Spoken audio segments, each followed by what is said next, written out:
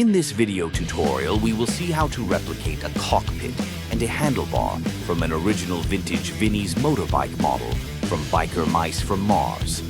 A friend needs those pieces for his bike that misses them, so I dismantled this second-hand vehicle to duplicate them. Phase 1. The mold base. First of all, I'm not responsible if you anyhow hurt yourself or damage your items by trying to replicate my methods. This Zeta-Labauer product is a condensation silicone. Once taken the right quantity to cover the cockpit and the handlebar. This catalyst gel is needed to harden the mold. The gel and the silicone must be mixed carefully to create a uniform mixture. You can ask your dentist to provide you those products if you have bad luck in stores. To replicate feet's position, they often use these materials.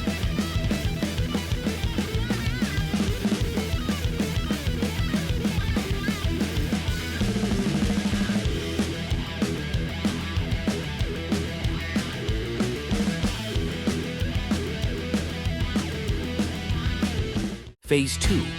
Mold's second side.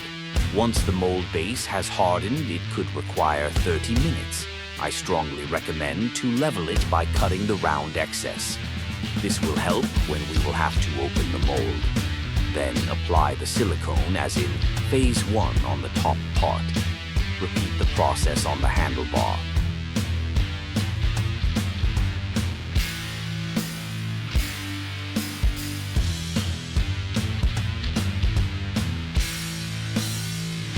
Wait for it to fully harden again. Phase 3.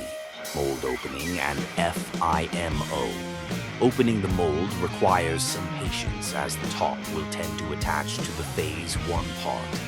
Help yourself with a cutter paying attention to not damage the original piece inside. Once the mold is opened, take the parts out.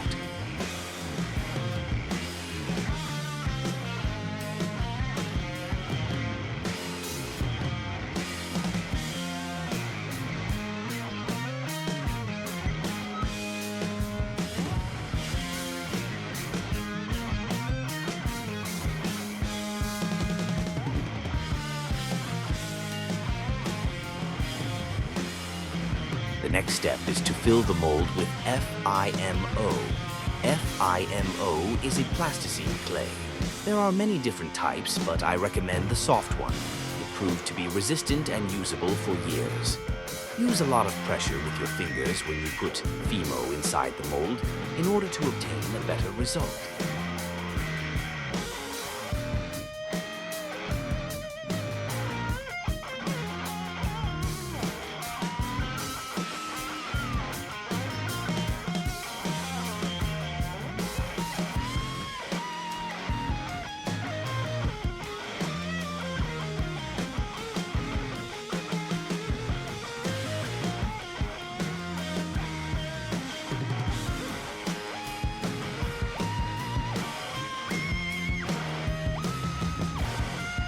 Repeat the process for the handlebar.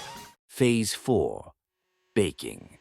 Baking FIMO could create some troubles. For a shorter baking time on the box, it is written to bake it at maximum 130 degrees Celsius. That's 266 degrees Fahrenheit.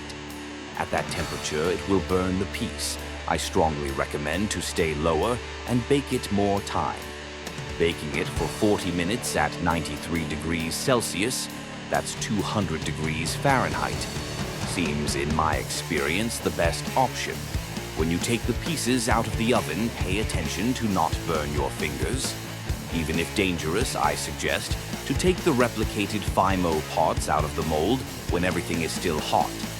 Till the pieces are hot, they tend to be more soft. When the temperature drops down, they become hard, and it is easier to damage them during the extraction. Be extremely careful. The extracted pieces may need some refinement, like cutting away the borders in excess. You can smear some super glue over the piece, but be aware it could be dangerous. Phase 5. Sanding and painting. We are very near to the final result.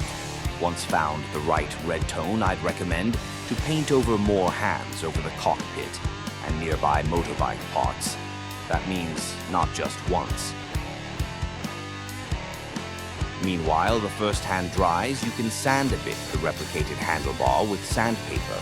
That will confer the piece a smoother look.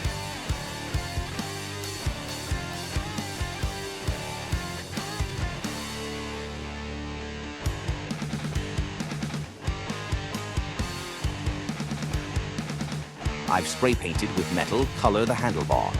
For the yellow details on the cockpit, I will cut and add later those yellow stickers. Phase 6. Testing the mechanism. If your replica is done well, also the original mechanism will work well. As you can see in my case, it does. Now just add the black paint and yellow stickers. Phase 7. Finish. Here we go. Vinnie is happy with his custom bike, and my friend could obtain the pieces he misses on his motorbike. Hard to tell it isn't original, right? Feel free to ask me questions on the production process in the comments. I will reply as soon as possible. Let's rock and ride.